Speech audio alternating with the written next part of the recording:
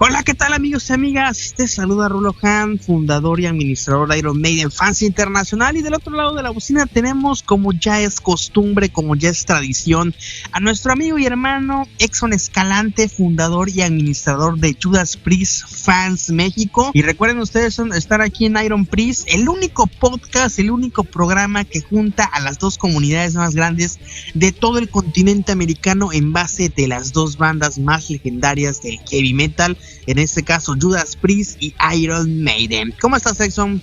¿Qué tal, mi Rulo? Buenas noches, saludos a todos, gracias por estar aquí escuchando un episodio más de Iron Priest para compartir la pasión y el gusto por Iron Maiden y por Judas Priest. Exactamente, mi bro, pues para los que no vieron los capítulos anteriores, estamos en el capítulo número 4. La semana pasada o quincena pasada hablamos de lo que es este movimiento de jóvenes que se dio a finales de los 70, el muy común y muy buen hablado de la New Wave of British Heavy Metal. Y si no viste ese capítulo, te recomiendo que lo cheques en la descripción, vas a poder encontrar el enlace del mismo, o que lo cheques en la parte de aquí arriba, en lo que sería en este caso las plantillas. En esta situación llegamos al año de 1980, un año muy importante para ambas bandas, un año en que una de estas se consagra totalmente en el mundo del heavy metal británico y otra renacía.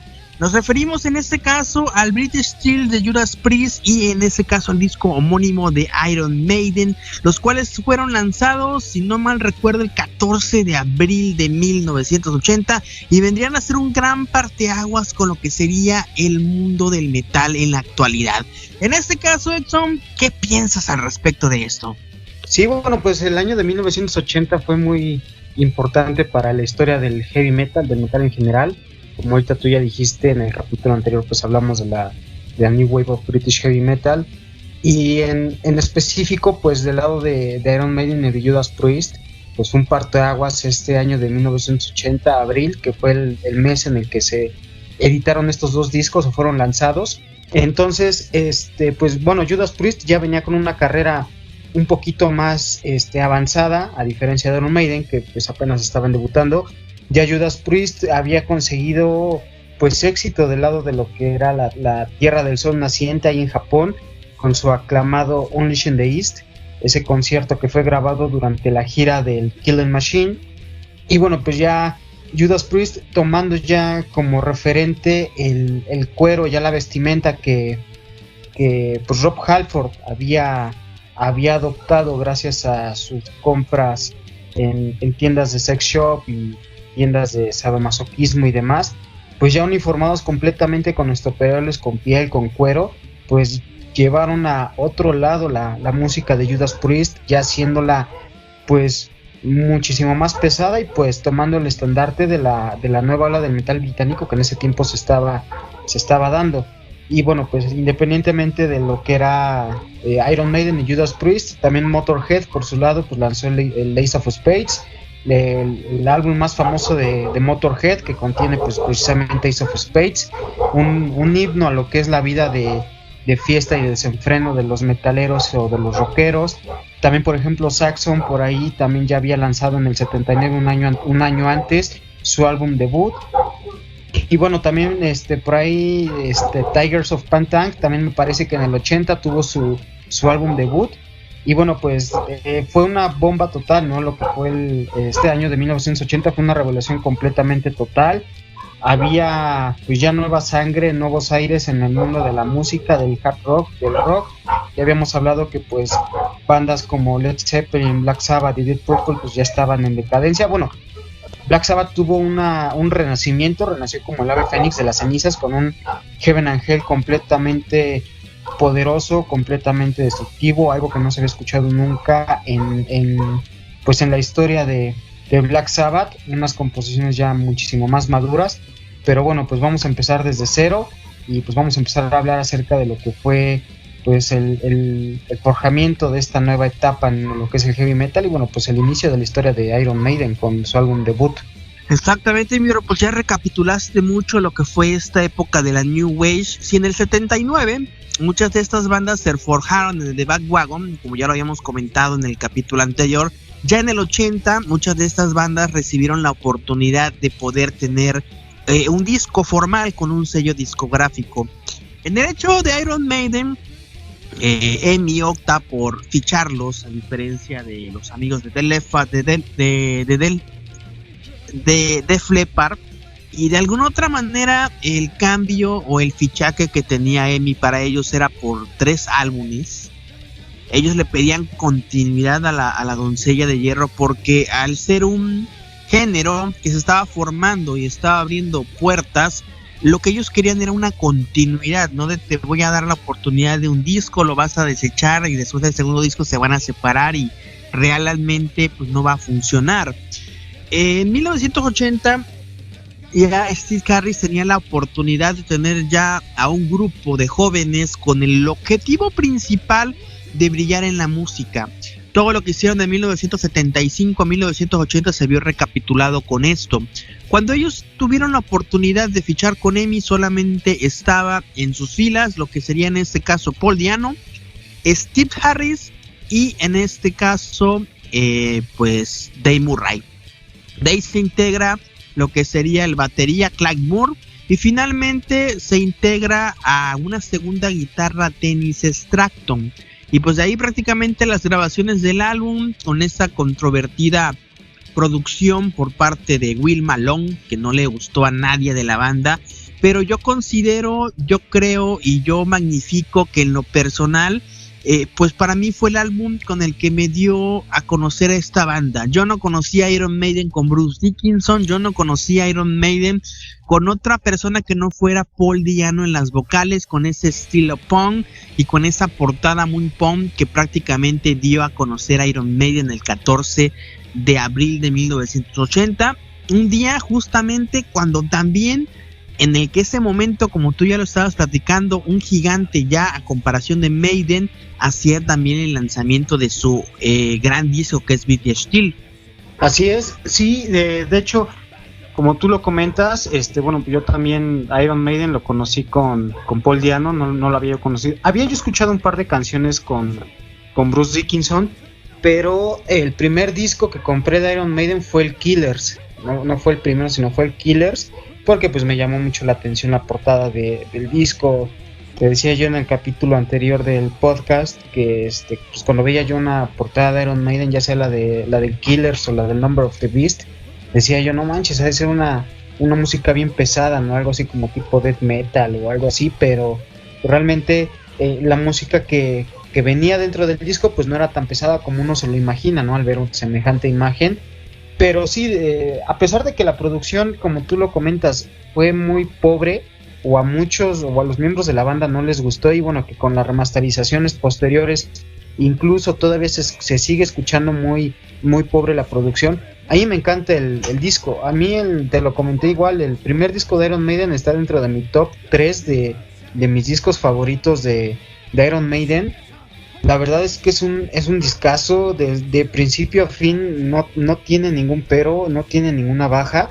Obviamente pues la única canción lenta que tiene pues es la de Strange World, y bueno, pues ahí sus cambios en Remember Tomorrow, pero de ahí pues tiene pues todas las canciones que tiene el álbum de Iron Maiden. El primero pues son clásicos que todo el mundo conoce, a diferencia de, por ejemplo, del primer disco de Judas Priest, del Rock'n'Rolla, que pues mucha gente no conoce ni una canción del Rock'n'Rolla más que la primera canción o la canción que da nombre al disco, y eso porque ahorita en la gira del 50 aniversario la volvieron a tocar después de 45 años. Entonces es que mucha gente pues ya empieza a ubicar el disco de Judas Priest como tal, ¿no? Incluso la portada, hay variaciones, hay dos versiones del disco.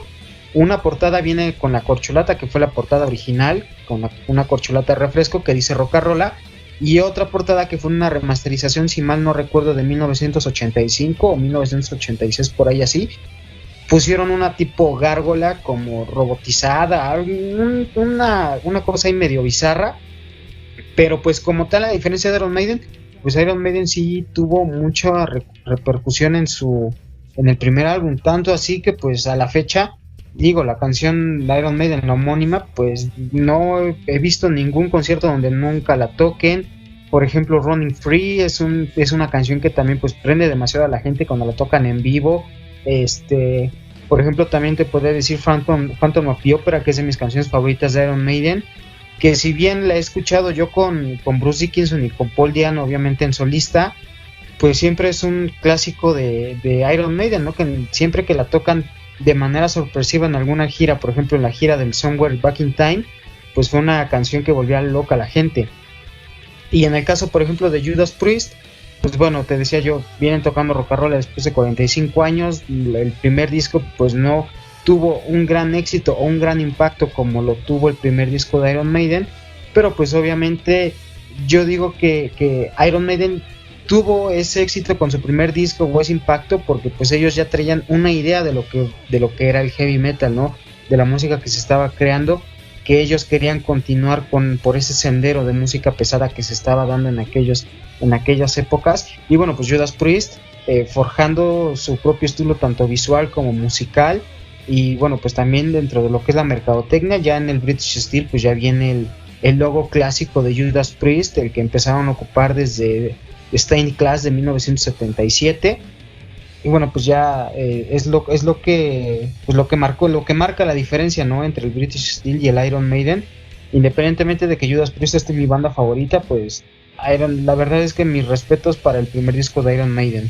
Así es, mi bro. Pues realmente hay que reconocer que Maiden había roto esquemas en lo que se estaba creando en ese entonces, y pues ese año de 1979 fue muy también muy controversial. De hecho, pues si nos quejábamos de Will Malone, que ya también había hecho su aparición para ser el productor final de lo que sería el álbum, pues también ahí cuenta una anécdota que el álbum se empezó a grabar desde el año de 1979, finales de año, diciembre de ese mismo año, y estaba un productor llamado Guy Edwards, el que fue el primero o era el asignado en este caso por parte de EMI para poder realizar la producción de ese trabajo, pero pues tampoco fue del agrado de los chicos de Maiden, y pues obviamente despiden a esa persona para pues tener a alguien más capacitado que los pudiera ayudar con lo que sería ese trasfondo de ese gran álbum que realmente dio y sigue dando mucho de acá hablar. Estamos hablando de un aspecto visual, con una portada, no lo digo bizarra, pero sí la digo en ese entonces cuando tú la veías o cuando yo la vi por primera vez, enterabas de este tipo de zombie, o lo que podía ser un zombie que era Eddie the Head, que era esa evolución a lo que ellos habían hecho a mediados de los 70 con la máscara kabuki, que sacaba humo y sacaba sangre de la boca, y que fue evolucionando a lo que conocemos como el gran Eddie the Head, el gran icono de Iron Maiden, y que vendría a revolucionar completamente la imagen visual de estos, y con una voz de un personaje como Paul Diano, que si no es la mejor voz o no era la mejor voz en ese momento, le estaba dando lo que las líricas de Iron Maiden, o que Iron Maiden quería expresar con lo mejor de su repertorio desde 1975 hasta 1979. Hubo muchas canciones que empezaron a cambiar de estilo, como por ejemplo puede ser la canción de Sanctuary, que ya la habíamos comentado en el programa anterior, que fue también ya sacada para el álbum de recopilatorio de Metal for Mutas, y que la versión final que entró, o bueno, mejor dicho, no entró al álbum porque fue como un sencillo, pues era muy diferente a la que vemos originalmente.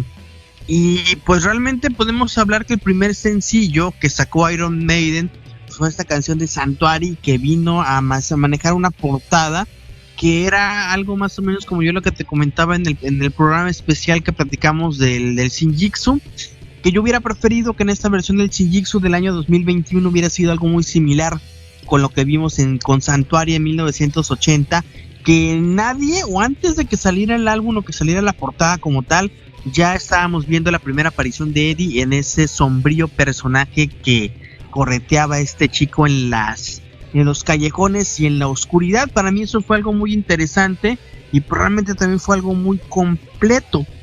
Algo que también me interesa mucho saber, y que yo creo que todos los fans que nos están escuchando también saber, esa interpretación o esa interpretación que tú le podrías dar a la carátula del British Steel, que realmente también es una carátula muy controversial y muy interesante. Sí, claro. De hecho, concuerdo contigo en el aspecto de Paul Diano, antes ahorita de hablar de la portada del British Steel. Sí, desde luego, a mí las canciones de los primeros 2 discos de Iron Maiden me fascina escucharlas con Paul Di'Anno. Obviamente, pues ya en los conciertos de Iron Maiden las canta Bruce Dickinson, las canta a su estilo, sin imitar a Paul Di'Anno ni nada de eso, pero la verdad es que yo disfruto escucharlas bastante en su versión estudio con Paul Di'Anno.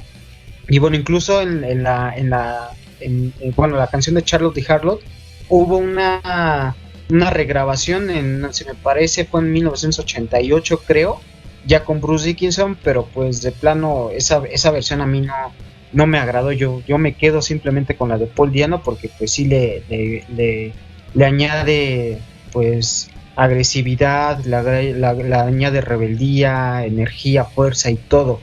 Y bueno, del lado de Judas Priest con el British Steel, pues bueno, ya estaban estrenando también baterista Les Binks, que había entrado en 1977, no terminando, a mediados de la gira del Killing Machine, pues decide salir de la banda y en su lugar contratan a Dave Holland, quien pues él ya había tocado con Glenn Hughes en una banda que se llamaba Trapeze, que era una banda como tirándole ahí al hard rock, al rock pesado y a lo mejor tal vez un poco de rock progresivo, algo pues completamente distinto a lo que venía haciendo Judas Priest. Pero pues bueno, la banda le agradó, terminó en la gira del Killing Machine con Judas Priest y pues inmediatamente en enero empezaron las grabaciones para el British Steel. En lo que es la portada del álbum, pues vemos ahí una navaja que la está sosteniendo en una mano, y pues en la navaja viene grabado el nombre de British Steel. La portada fue basada en una empresa siderúrgica que tenía el mismo nombre, se llamaba British Steel Corporation, y bueno, pues obviamente esta empresa se dedicaba a fabricar las navajas para afeitar, que tienen pues esa forma, ¿no?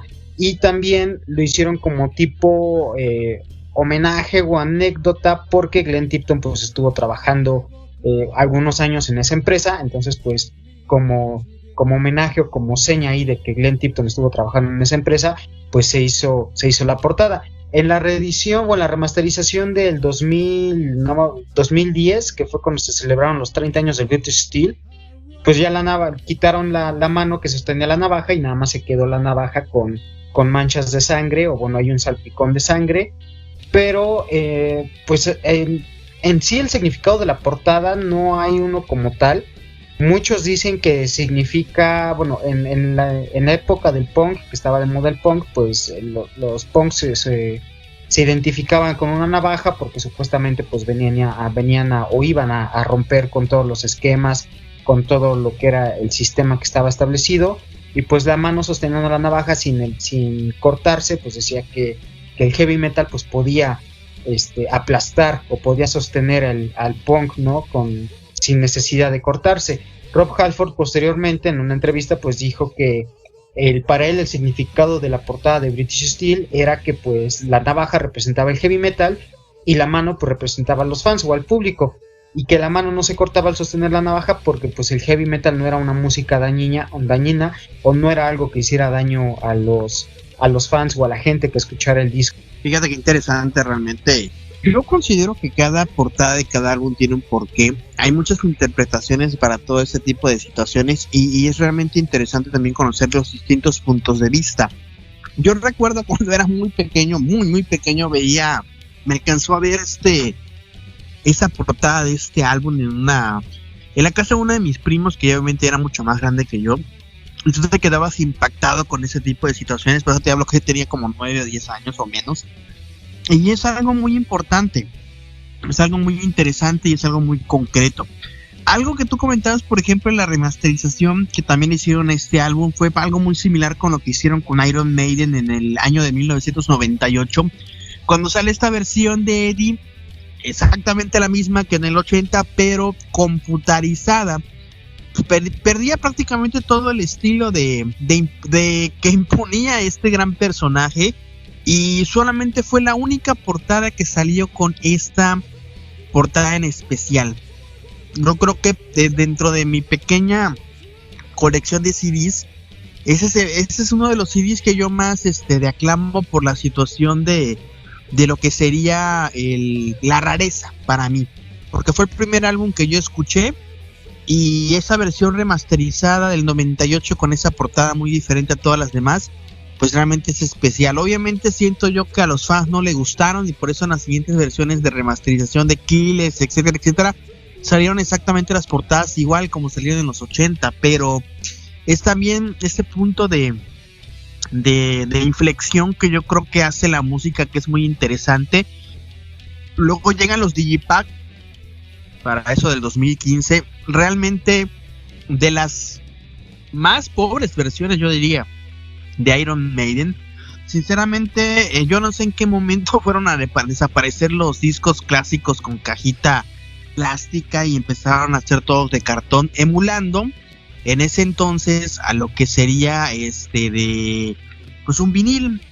En algún momento hicimos una reseña, fue de las primeras reseñas que hicimos en este canal, acerca de la diferencia entre el álbum de lo que sería el remaster del 98 contra el remaster del 2015, y las diferencias a grandes rasgos vendrían siendo la portada, vendrían siendo que para los remaster de 1998 ya incluían los lados B, que en las versiones originales de los 80 no incluían. En este caso, para el disco de Iron Maiden sería el sencillo de Sanctuary, y pues obviamente la versión de Digipad contra una caja rígida de plástico. Obviamente, en teoría se supone que el sonido del remaster 2015 es superior al de 1998, pero pues yo creo que lo clásico, lo de antaño, no lo supera la tecnología, no lo supera lo que es la digitalización y remasterización de un audio. La nostalgia de escuchar esa música como yo la escuché en una primera instancia cuando ese disco llegó a mis manos, cuando iba yo a mediados de la secundaria, cuando la persona que me lo prestó me decía: escucha esta banda. Yo venía a escuchar mucho Metallica, escucha esta banda y escucha lo poderoso que suena. Y en este caso te presto un disco recopilatorio. Ah, chinga, mira. Y yo, pues obviamente al pasar el tiempo me di cuenta que ese no era un disco recopilatorio, que era el primer disco homónimo de la banda. Y lo interesante de esto, disculpa que me alargue un poco en el comentario, era de que esos remaster del 98 podías meter tu disco a lo que sería en ese caso tu CD-ROM, y podías ver algunos videos de esa época y podías ver algunos previos de otros discos. Yo me quedaba impactado cuando empezaba a buscar los demás álbumes y escuchaba solamente unos 30 segundos de 2 canciones por álbum, y era realmente algo interesante y algo que te envolvía. Posteriormente este disco, como era prestado, lo pasé a un cassette y lo escuchaba todas las tardes al llegar de la escuela, todos los días, a escuchar esta música interpretada por 4 personas muy pero muy histriónicas en lo que son los instrumentos, y te quedabas maravillado de decir ¿qué más sigue? Eso es lo hermoso de conocer una banda que te impacta. Y pues aunque muchos fans digan Bruce Dickinson, pero para mí, al haber escuchado y haber conocido a esta banda en los 80 con Paul Di'Anno, y posteriormente conocer a Bruce Dickinson y conocer a Blaze Bayley, es realmente interesante. Y yo creo que debería ser el primer disco sí o sí para poder escuchar el homónimo de 1980, para poder entender lo que realmente es Iron Maiden y lo que les costó de trabajo poder llegar hasta la cima del éxito desde 1975 hasta 1980. Ah, mira qué padre experiencia de cómo conociste a Iron Maiden y bueno, cómo pudiste conseguir ese disco. En mi caso, pues obviamente es distinto, ¿no? Yo nací en el 91, cabrón. Yo empecé a conocer a Iron Maiden y a Judas Priest, pues ya hasta como por el 2003, 2004, cuando tenía yo como 13, 14 años. Y a diferencia, por ejemplo, de lo que comentas, en mi caso, yo a Judas Priest no lo conocí con el British Steel. Bueno, los conocí con el tema clásico, el de Breaking the Law, porque en ese tiempo que estaba de moda o empezaba a salir VH1 y en MTV pasaban ahí, había un programa que se llamaba MTV Classic o algo así, que pasaban pues puros videos de los 80s y parte de los 90s. Ahí fue donde escuché por primera vez Breaking the Law, que era del British Steel, pues un video, ya lo habíamos dicho el capítulo anterior, pues un video donde marcaba cómo la gente pues reaccionaba ante este nuevo sonido de Judas Priest, ante la letra de la canción, que pues habla completamente de rebeldía, de rebelarse contra el sistema, contra todo lo que te quiere imponer la gente, tu familia, tus amigos, tu novia, quien quiera que sea. Pero pues yo como tal a Judas Priest los conocí ya con lo que fue la gira del Reunited, que había regresado Rob Halford. Pero bueno, en lo que es la cuestión de Iron Maiden y de Paul Di'Anno, desde luego yo también conocí a Iron Maiden con Paul Di'Anno. Desde luego que yo a esos dos discos de Iron Maiden con Paul Di'Anno pues les tengo mucho cariño. Te repito, disfruto escucharlos bastante, como no tienes una idea, y desde luego prefiero yo escuchar esas canciones en la voz de Paul Di'Anno que en las de Bruce Dickinson, la verdad, porque pues el sentimiento o el feeling que les pone o le ponía a Paul Di'Anno a esas canciones pues es completamente, es algo espectacular, diría un amigo mío, es una completa bendición. Yo a Paul Di'Anno tuve la oportunidad de verlo solamente una vez en vivo, que vino aquí a Puebla, que ya tiene como 6 años, yo creo, 7 años. Y pues obviamente tocó canciones o cantó canciones de Iron Maiden, ¿no? De los primeros 2 discos de Iron Maiden y de Killers. Obviamente pues la voz de Paul Di'Anno pues se desgastó muy rápido con el pasar de los años por sus adicciones y demás. Pero pues sí fue una gran experiencia el haber visto pues al vocalista del primer vocalista de una de tus bandas favoritas parado a escasos centímetros de mí. Yo estaba ahí en la barrera, en el pequeño bar donde estábamos. Estaba yo ahí en la barrera, pues verlo ahí parado a unos escasos, a 1 metro, yo creo, de distancia de mí, pues fue algo completamente inolvidable. Y luego del concierto, pues pasar al backstage y que te firme, cruzar unas palabras con él y tomarte una foto con él, pues es algo que la verdad nunca se me va a olvidar en la vida. Y bueno, pues del lado de Judas Priest, por ejemplo, con el British Steel, pues te digo, ya ellos, no lo tomo yo como referente ese disco. Claro, sí lo tomo como referente dentro de la ola del metal británico, nueva ola del metal británico, pero para mí yo creo que el disco que marcaría o definiría el sonido o el estilo de Judas Priest, estoy entre 2 discos que son obviamente de la década de los 70s. El primero sería Sad Wings of Destiny, que viene con Victim of Changes, que muchos dicen que es la primera canción de metal o pesada de Judas Priest. Yo difiero de ahí, yo me iría con una canción del Rock'n'Rolla que ya se me fue su nombre. Ya se me fue el nombre de esta canción, pero tiene un riff muy parecido al de Victim of Changes, muy pesado también.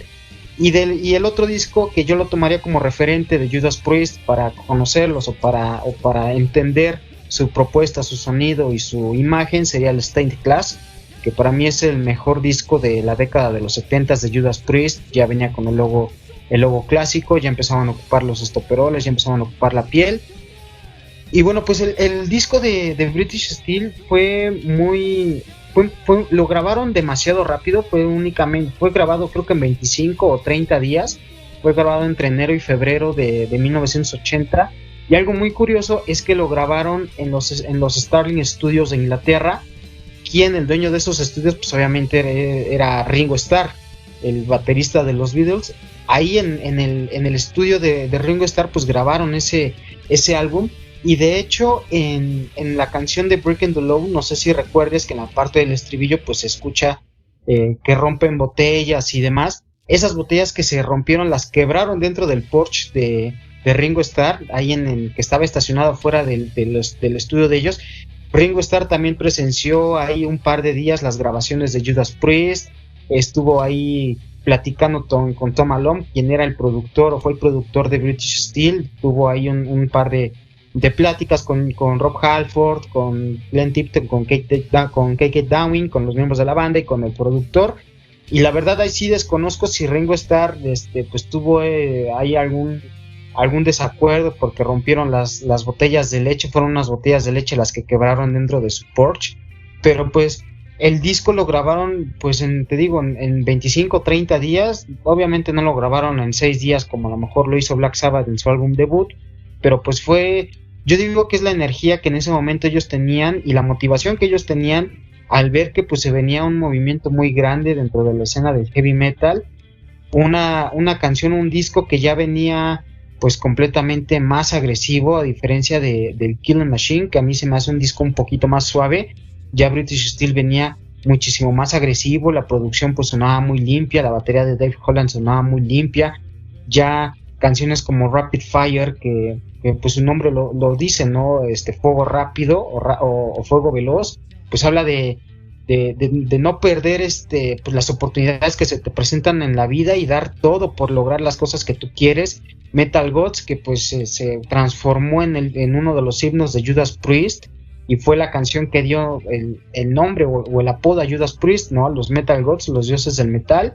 Obviamente Living After Midnight, que pues marca el final de las presentaciones de Judas Priest, y pues obviamente pues te habla de continuar con la vida después de la medianoche. No quiere decir que porque ya son las 12 de la noche o ya terminó el día, pues tienes que irte a dormir, ¿no? Sino que pues te incitan a seguir escuchando música, a disfrutar de lo que tú haces, de tu pasión y demás.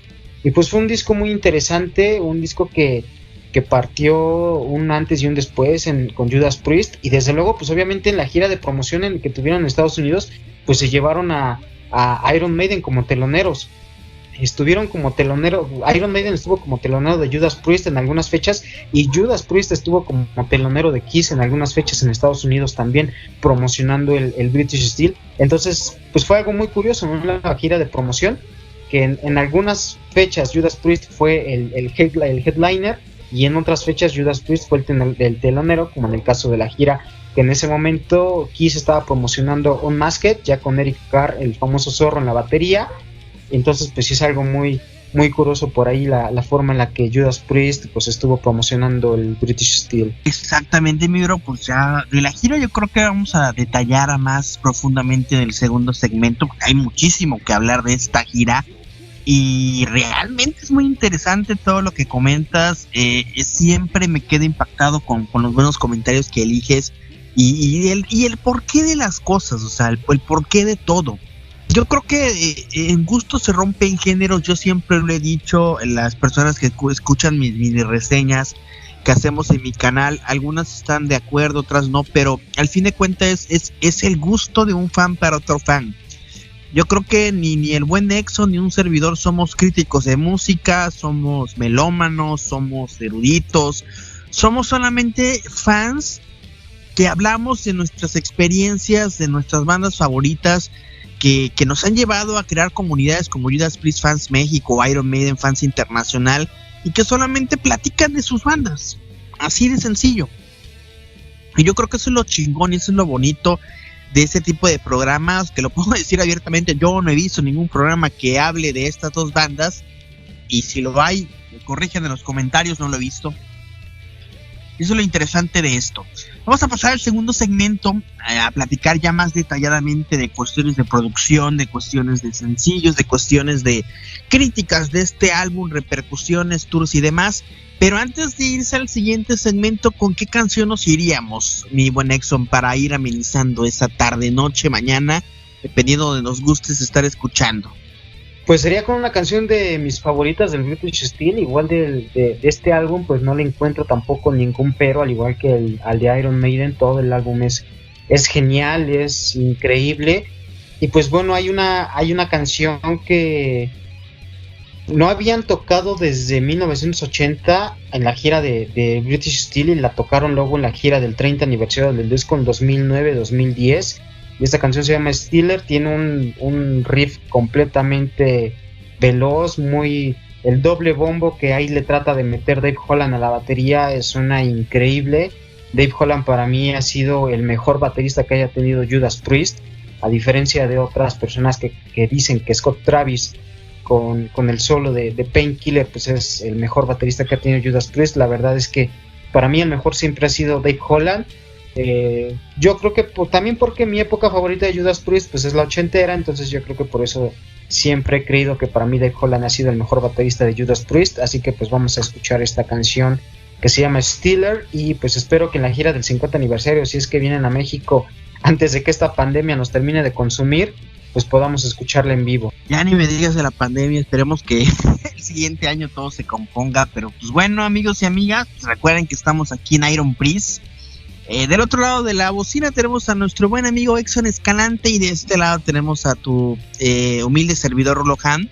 Y pues en este caso, pues si nos están escuchando por Generación FM o por Radio Pirata, La Nave del Metal o por YouTube, recuerda que siempre es en exclusiva para ti que nos estás escuchando y como siempre te quiero agradecer, te quiero dar las gracias por tu humilde escucha. Vamos y regresamos.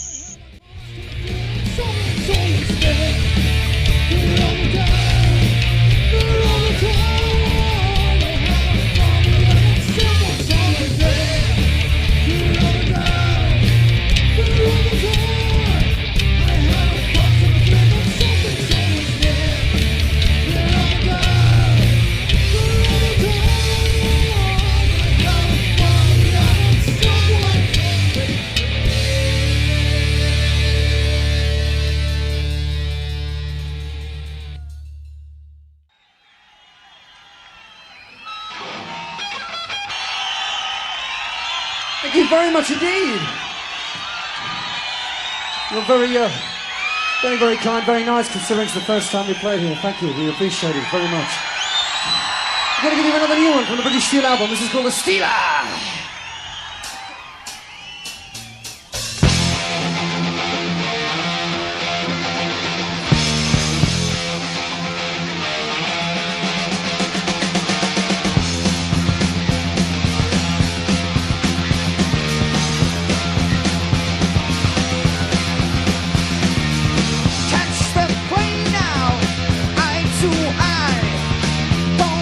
Chances pass you by.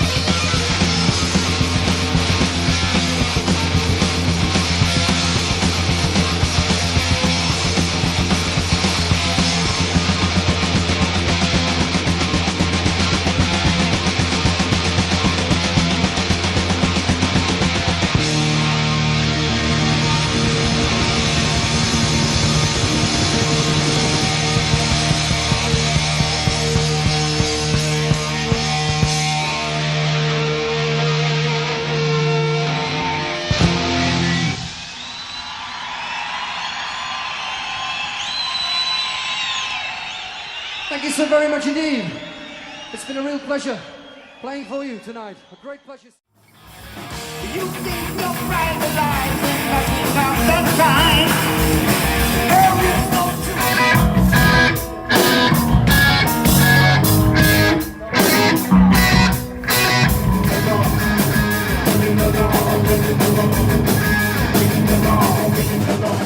Y regresamos nuevamente aquí al programa Iron Priest, el único programa que junta a las dos comunidades más grandes de todo el continente americano, en base a Judas Priest y en base a Iron Maiden. Del otro lado de la bocina tenemos a nuestro amigo Exxon Escalante, fundador y administrador de Judas Priest Fans México.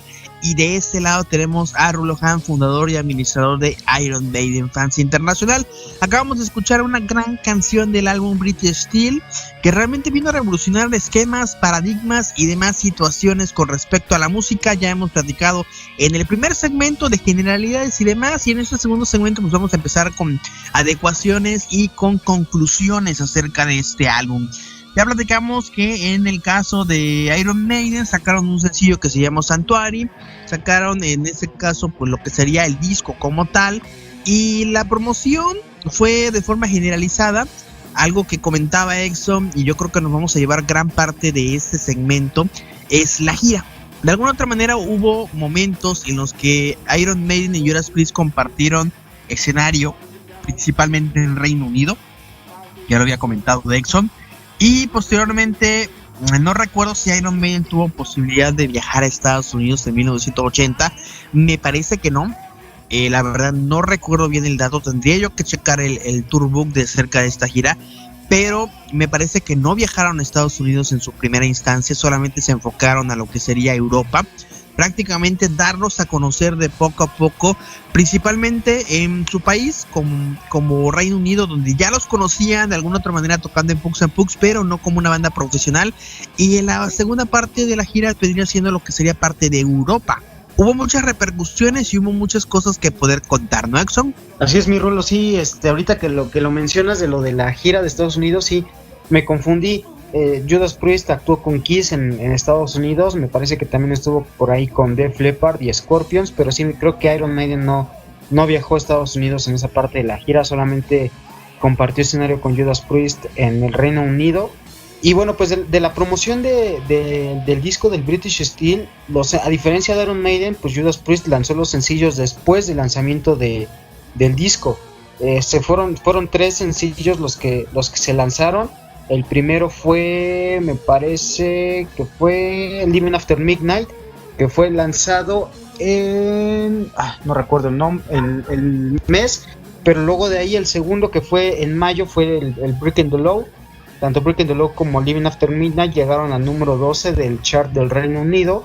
Y luego el tercero fue United, que es la canción número 5 me parece del álbum, y esta solamente llegó al puesto número 26. La canción de United me parece muy, muy curiosa porque la letra habla acerca de un movimiento en el cual, pues, como su nombre lo dice, llama a la unión de la gente, a la unión de las personas y luchar contra las adversidades o las críticas. Muchos críticos o historiadores o escritores valga la redundancia, que han escrito biografías de Judas Priest o han hecho documentales, entrevistas, marcan a United como una primera como un primer grito o uno de los primeros gritos de Rob Halford de querer tratar de destapar su homosexualidad o sus preferencias sexuales. El hecho de decir que en la canción dice todos somos unidos y vamos contra la corriente y demás, pues dicen que habla precisamente en ese tiempo pues de la represión que existía contra la homosexualidad, ¿no? Sobre todo en las estrellas de rock o en las estrellas de la música, que si bien es cierto, por ejemplo, en el caso de Elton John, que pues ya desde los 70s pues se le veía completamente abiertamente homosexual, por ejemplo Freddie Mercury también, que ya a principios de los 80s pues ya se le empezaba a ver de manera pública en bares gays, en antros gays o discos gays. Del lado de Rob Halford, pues él trataba de hacerlo un poco más discreto, ¿no? Él comentaba que pues sí sufrió bastante en lo que fue toda la época de los 70s y de los 80s, pues porque él decía que se sentía mal porque después de los conciertos sus compañeros se iban con sus groupies, se iban a los cuartos de hotel o a fiestas con sus admiradoras, con chicas, y pues él realmente trataba de encajar en ese ambiente, por así decirlo, pero pues realmente no era lo suyo, ¿no?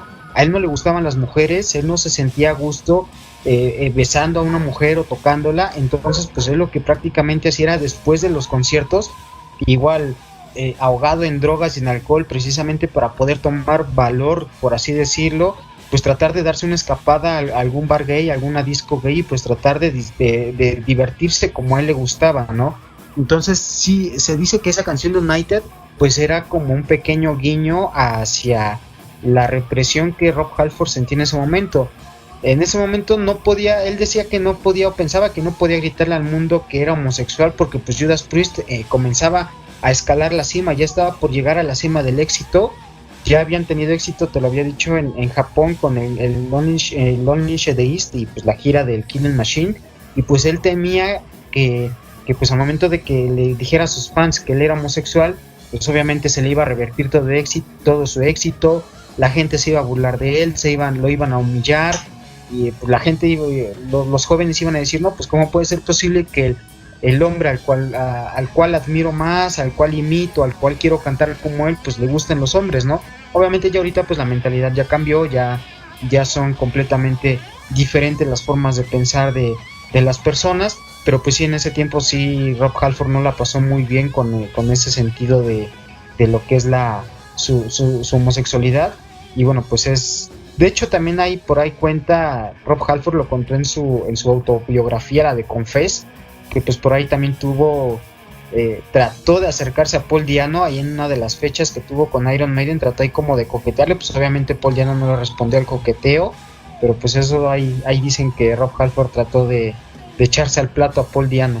Sí, exactamente, eso me estaba acordando exactamente en este momento, esa nota que salía en esa autobiografía de Rod, y cómo han cambiado los tiempos, cómo han cambiado las cosas. Ahorita carecemos de exceso de, ¿cómo lo podríamos decir?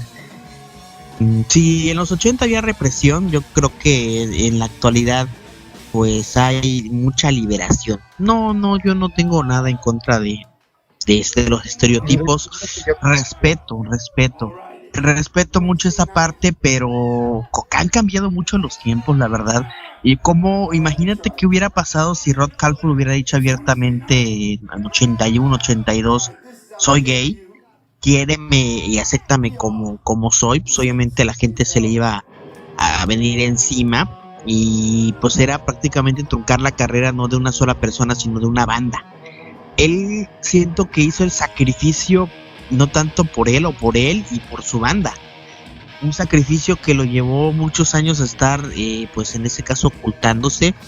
Y pues bueno, ¿quién lo diría que uno de los máximos exponentes del metal tuviera una tendencia homosexual, que obviamente es totalmente respetable, pero pues bueno, realmente es una de las mejores voces que tiene el heavy metal, esos mensajes que ha dado en sus canciones, y pues como quien diría que la mayoría de hombres rudos se vestirían como una tendencia homosexual en esa época de los 80 y demás. Pero sí, realmente es algo muy impresionante lo que hicieron estas bandas juntas. Ahí, por ejemplo, otra anécdota que salió, Iron Maiden y Judas Priest compartieron cartel en Gran Bretaña, y ya cuando Kiss ve la oportunidad, así como tú lo comentaste antes de que entráramos en este segmento, de poder tener estas dos bandas juntas como teloneras también, pues se llevan a Iron Maiden a darle una vuelta a Europa teloneando a Kiss. Y yo siempre me había preguntado quién necesitaba más de quién, si un Kiss que venía de capa caída con su último disco, que los tacharon y estereotiparon de vendidos, o un Iron Maiden que de alguna otra manera venía y quería salir adelante con su música, y era la primera vez que salían de su Reino Unido, y pues obviamente ellos iban a dar todo lo que fuera posible para poder brillar en el escenario. Y hasta en unas circunstancias, pues hasta Gene Simmons en algún momento llegó a bromearle a Maiden que pues para la siguiente noche ellos tendrían la posibilidad de poder salir como headliners por las ganas que imprimían con lo que hacían con su música. Pues eso realmente es algo muy interesante. Siempre me quedé preguntando quién necesitó más de quién en esa época, si Kiss de Maiden o Maiden de Kiss, pero pues bueno, eso es algo que ya queda para la historia. En su momento yo nunca me imaginé que pudo haber existido esa posibilidad de ver a este trío o de forma dividida a estas bandas, tanto Judas Priest con Maiden y Maiden con Kiss. Realmente es algo que ahorita en la actualidad es muy imposible. Probablemente sí con Judas Priest y Maiden, pero con Kiss ya no. Y cómo han cambiado las cosas, cómo ha ido evolucionando ese tipo de aspectos con respecto a la música. Sí, claro, como lo comentaste, en ese momento pues sí estaba la carrera de Kiss, pues no tenía como que muy buena perspectiva, no se le veía como que muy buen futuro. Peter Criss había salido en el 79, en el 79 habían lanzado Dynasty, que había, a diferencia de Love Gone o de Destroyer, pues tenía un sonido más orientado a la música disco. Luego de ahí Peter Criss sale de Kiss, contratan a Eric Carr. El disco de Unmasked que salió en 1980, que fue con la gira con la que se llevaron a Iron Maiden a promocionar en Reino Unido, pues obviamente era un disco pues de rock pop, no era nada comparado a lo que Kiss había hecho en los 70s, con lo que ellos habían hecho famosos. Y sí, de hecho sí es una muy buena pregunta, ahora sí que para reflexionar, si quién necesitó más de quién en aquel momento, si Iron Maiden de colgarse de la fama de que en ese momento pues ya tenía Kiss y que ellos llenaban estadios, llenaban arenas y demás, o Kiss de la energía que Iron Maiden tenía en ese momento, de la furia que ellos tenían en el escenario. Obviamente un estilo de música completamente distinto, el heavy metal de Iron Maiden al rock pop en ese entonces que tocaba Kiss con sus discos más recientes de aquel entonces.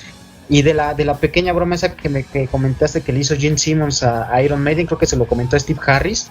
Y bueno, pues 8 años después, en el Donington de 1988, pues se hizo realidad. Gene Simmons tuvo voz de profeta, porque pues en ese Donington de 1988 Kiss abrió a Iron Maiden. Kiss fue el acto telonero de Iron Maiden, y pues Iron Maiden fue quien cerró el festival. De hecho, ahí hay una foto en el backstage del Donington, donde están Gene Simmons, Paul Stanley y están Steve Harris.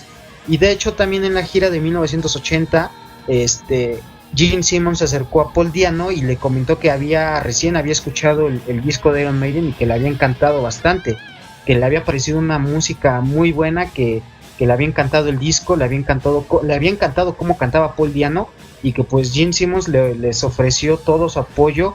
En ese momento pues Gene Simmons ya era un monstruo de la mercadotecnia, ya era como tal un empresario en el mundo de la música. Recordemos que pues Gene Simmons fue quien fue una persona muy importante en el debut de Van Halen. Gene Simmons fue quien se llevó prácticamente al estrellato a Van Halen, que también por ahí hay una leyenda urbana que dice que antes de que Van Halen lanzara su álbum debut, pues Gene Simmons estuvo por ahí insistiendo o tratando de convencer a Eddie Van Halen que se fuera a tocar con Kiss. Eddie Van Halen pues obviamente no aceptó, y afortunadamente qué bueno que no aceptó, porque pues si no hubiéramos podido disfrutar de Van Halen. Pero pues sí son anécdotas que quedan en el recuerdo, que dejan mucho que pensar. Y pues obviamente es padre, porque yo en el mundo del rock o del metal, pues yo inicié con Kiss gracias a mi papá. Yo me acuerdo, he platicado a varios amigos que yo no recuerdo nada de mi niñez, ni de cuando entré a la primaria, ni de cuando salí del kinder, ni de siquiera cuando fue mi primer convivio de la primaria. Yo les digo que yo empecé a tener uso de razón desde que vi un concierto de Kiss en la televisión. Tenía yo como 6 años, que fue cuando vinieron a México promocionando la gira de La Reunión. Y la verdad pues es que Kiss pues sí, para mí fue una banda muy importante en mi vida, a la cual le tengo mucho cariño. Y obviamente pues el Kiss actual no es nada que ver de lo que fue hace 40, 30, 20 años.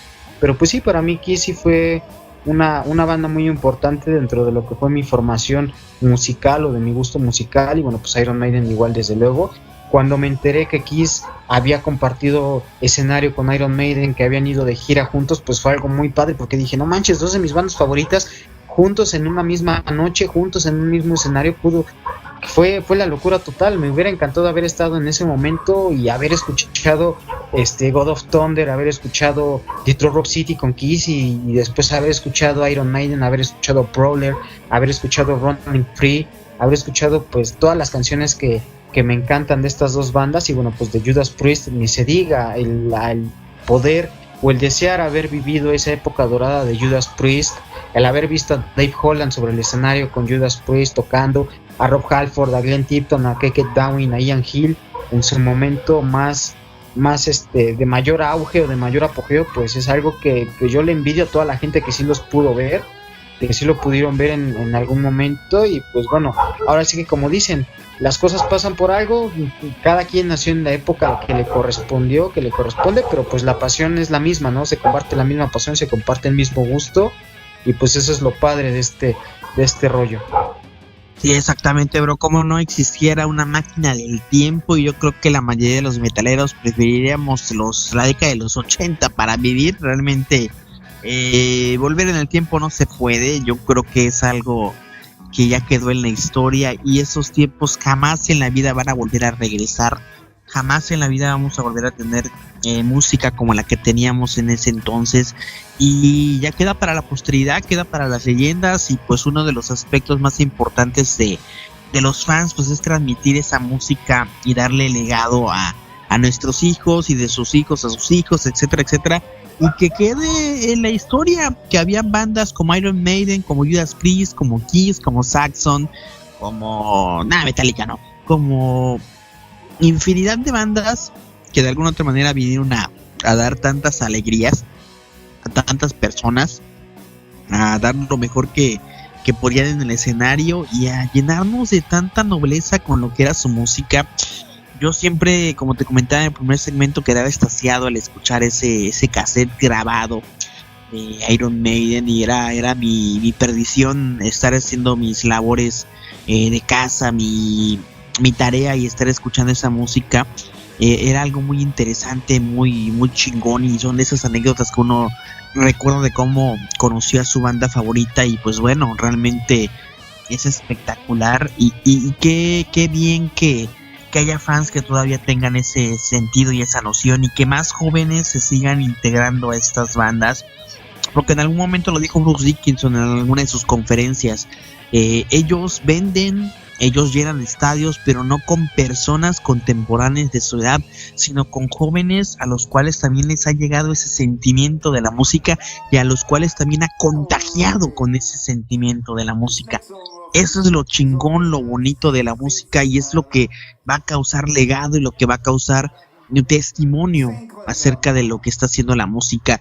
Ya para ir concluyendo al respecto de este segmento, compensando con el tiempo que lanzamos en el segundo, ¿cuáles serían tus conclusiones acerca de British Steel y acerca de Iron Maiden, y por qué crees que causaron el legado que ahora tienen actualmente con respecto a estas dos bandas, con respecto a la música, bro? Del lado de British Steel, pues puedo decirte que fue un parteaguas en la carrera de Judas Priest, porque se tomó como referente de la nueva ola del metal británico, que si bien pues Judas Priest como tal no formó parte, pero sí tuvo mucha influencia por el sonido, por el vestuario, por la imagen, por la estética, por la energía del escenario. Y bueno, pues British Steel pues también está plagado de éxitos que siguen tocando a la fecha: Rapid Fire, Breaking the Law, Living After Midnight, Metal Gods. Son canciones que desde el momento en el que salieron pues a la gente le gustaron, y 40 años después, ya 45 años después, pues siguen sonando completamente fuerte en sus conciertos en vivo, y la gente le sigue coreando como en 1980. Y del lado de Iron Maiden, pues te lo repito una vez más, pues es uno de mis discos favoritos de Iron Maiden de toda la vida, de mis discos favoritos de lo que es toda mi discografía de heavy metal, o de mis discos de metal o de rock que me gustan.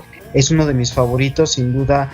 Fue un disco que marcó historia, y en general el año de 1980 fue muy importante, marcó un antes y un después en la historia de la música. Ahorita en lo que es el lado del metal, pues con estos lanzamientos, fue también a lo mejor por el lado de la gente que le gusta más el rock clásico o el rock and roll, pues ahí en 1980 pues fue cuando fallece John Lennon. Pero del lado del metal o del rock o del heavy metal, pues fue un año muy importante, con los discos de Iron Maiden, con los discos de Judas Priest, con el Ace of Spades de Motorhead, con el disco debut de Tigers of Pantang, que también sí es una banda que no mucha gente la conoce. Es una banda que, te metes a su discografía de lleno y puedes encontrar cosas que no te imaginabas escuchar en una banda que también ya tiene bastante tiempo recorrido, tiene los mismos años de vida que Iron Maiden, pero pues son canciones que igual te llenan de energía, te contagian de emoción, de alegría, y bueno, pues te hacen agitar la cabeza a 1000 por hora. Y bueno, pues son discos que la mayoría de los fans, o bueno, más bien cualquier fan del metal o del heavy metal debe de tener sí o sí en su discografía. Son discos que no pueden faltar, y pues discos que llegaron adelantados a su tiempo, y a pesar de que ya pasaron 40 años de su lanzamiento, siguen sonando frescos y siguen gustándole a más y más y más gente, como tú ya lo dijiste. Exactamente, mi bro. Pues realmente, en lo personal, ¿qué concluiríamos acerca de estos dos álbumes? Yo me iría más por mi fanaticada de Iron Maiden. Realmente, cuando uno conoce una música que le inspira, que lo hace creer, que lo hace hacer cosas que normalmente alguien no haría, yo creo que esa inspiración divina llega por algo. Cuando yo conocí a Iron Maiden dije, esta banda es mía, esta banda es para mí, esta banda es lo que actualmente ahorita me está haciendo abrirme las puertas en este mundo que nunca pensamos tener, acerca de YouTube, acerca de Facebook, acerca de páginas, acerca de grupos, acerca de todo esto. Y es esa parte de tu vida que agradeces a tantas personas que tienen el mismo gusto como tú y que tienen las mismas vivencias como tú con respecto a la música que tú escuchas. Y es algo hermoso, es algo bonito poder compartir esa alegría que nos da ese tipo de música. Recuerdo cuando yo era joven, cuando yo empecé a foguearme con estos grupos, que en ese momento no había Facebook, que había foros, que había reuniones de cibernéticas con otros fans de México, y siempre estaba el fan que te trataba de hacer menos porque eras de provincia, te trataba de hacer menos porque nunca los habías visto en vivo, o porque no tuvieras algún disco físico de ellos. Y yo creo que siempre lo he dicho, esta música hace mucho, y esta música hace que todos nos unamos, y afortunadamente en ambas comunidades que se están creciendo, como Iron Maiden y Judas Priest, se están haciendo comunidades sanas en los que si tú no sabes, te enseño, si no puedes, te apoyo, si no conoces, ten. Y si quieres aprender más adelante. No hay burlas, no hay quejas, no hay situaciones de bullying que se sufrían hace 10 años al respecto de esto. Y por algo nacen las cosas. Yo siempre diría que este álbum cambió mi vida por completo. Yo diría que es uno de mis álbumes favoritos de La Doncella de Hierro, si no decir el favorito, porque fue la primera experiencia que tuve con esta música, y fue lo que de alguna otra manera me hizo sentir que la música era algo que te puede llevar a romper fronteras y te puede llevar a hacer cosas que nunca imaginabas hacer. Yo nunca imaginaba crear un grupo como Iron Maiden Fans Internacional, poder hablar con fans acerca de lo que me gusta, y como lo dijimos en el primer segmento, no somos los que más sabemos, no somos los que más tenemos, no somos los que más hacemos, solamente somos fans que compartimos nuestras experiencias y nuestros gustos con otros fans. Eso es lo único que hacemos, y es lo hermoso de esta vida con respecto a esta música, que conoces a muchas personas afines a ti y realmente buscan tener un compromiso acerca de la música que estás escuchando, y pues eso es lo maravilloso de esta vida. Con respecto al British Steel, realmente es un álbum que sí me gusta, un álbum que he escuchado no muy a fondo como con el de Iron Maiden, pero revela lo que en algún momento tú dijiste hace ratito con Kiss y Iron Maiden, que pues todos pensaban que los pequeños e inexpertos iban a ser siempre así, y qué fue lo que hizo Iron Maiden con la mercadotecnia, con la música, con el poder que EMI les dio en ese momento y que ellos supieron capitalizar.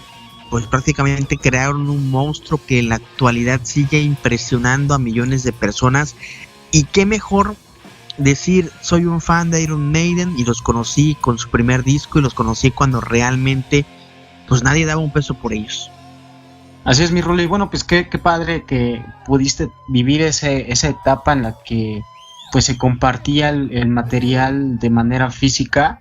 Antes, pues todavía me acuerdo yo cuando era niño, cuando el primer cassette que compré fue el Psycho Circus de Kiss, que fue el que lanzaron en 1998, todavía lo tengo ahí. Y pues antes, bueno, a mí todavía me tocó esa época en la que, pues para que pudieras escuchar la música nueva de tus bandas favoritas, pues tenías que buscar a alguien que tuviera el cassette para grabarlo y tenerlo ya tú, o buscar, esperar si lo pasaban en la radio, pues poner un cassette virgen, esperar a que pasara tu canción, como dicen ahí, rogar que el locutor no hablara y pues guardar ahí tu música. Ya ahorita pues obviamente la tecnología ya está demasiado avanzada, ya está a un clic de escuchar música nueva, de escuchar música de hace 50, 60, 70 o 100 años. Puedes escuchar cualquier tipo de música en el momento en el que tú quieras. Ya la música pues está al alcance de todos. Pero pues sí, como tú bien dices, hay fans que pues creen que por el hecho de que tienen más discos que otra persona, pues son más fans, ¿no? A mí la verdad es que pues igual no...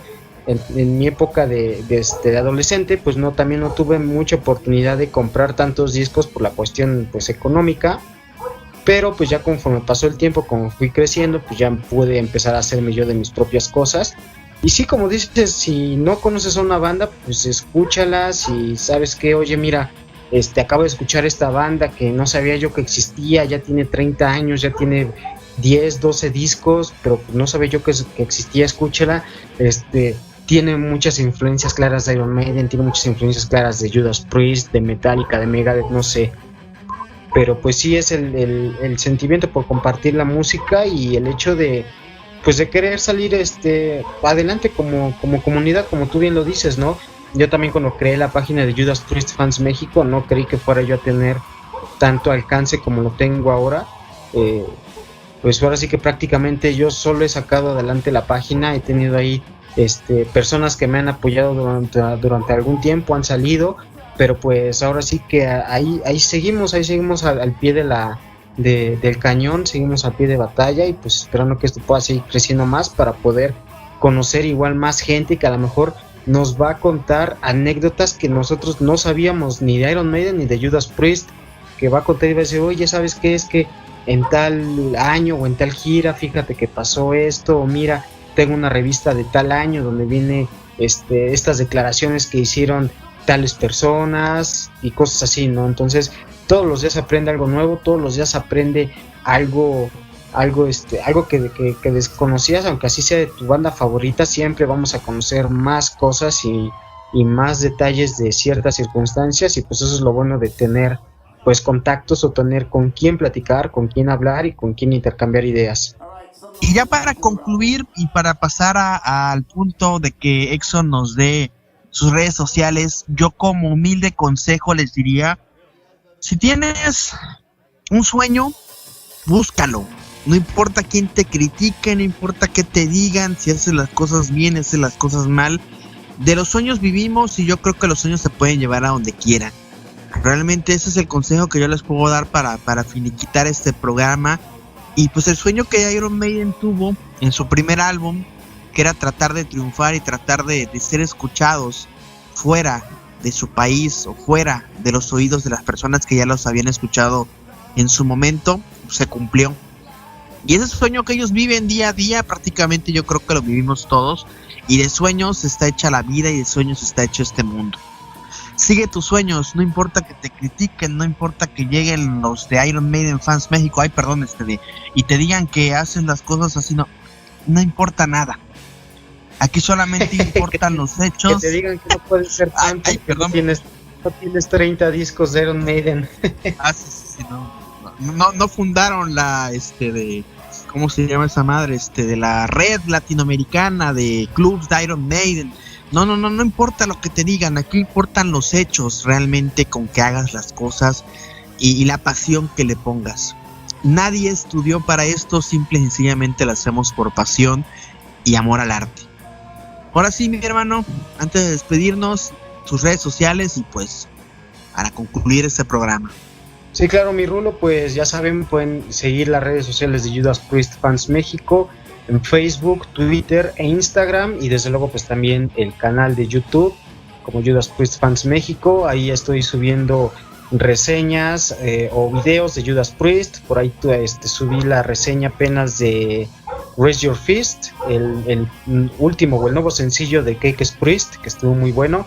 Ahí vayan a checarla. Igual también subí la reseña de la presentación de Judas Priest en Blockstock de este año, de hace unos 15 días, la primera fecha de la gira del 50 aniversario de los 50 años de Heavy Metal. Y pues ahí estamos en contacto por cualquier cosa. Excelente, mi bro, pues realmente te agradezco que hayas estado con nosotros, así como ya es costumbre, y pues nos estaríamos viendo para la próxima quincena con lo que sigue de la historia de estas dos grandes bandas. Y pues la invitación está, amigo y amiga. Si te gustó este programa, vas a poder encontrar dentro de los comentarios el enlace a la lista de reproducción que te lleva a los 3 programas anteriores. Pues ya dejó la invitación Exxon. Visiten la página de Judas Priest Fans México, visiten el canal. Realmente Exxon tiene unas reseñas pero muy chingonas acerca del gran sacerdote. Y pues si nos estás escuchando por Generación FM o por Radio Pirata, la nave del metal, o por YouTube, por donde tú gustes y mandes, recuerda que eso es una exclusiva para ti que nos estás escuchando, y nos vemos hasta la próxima.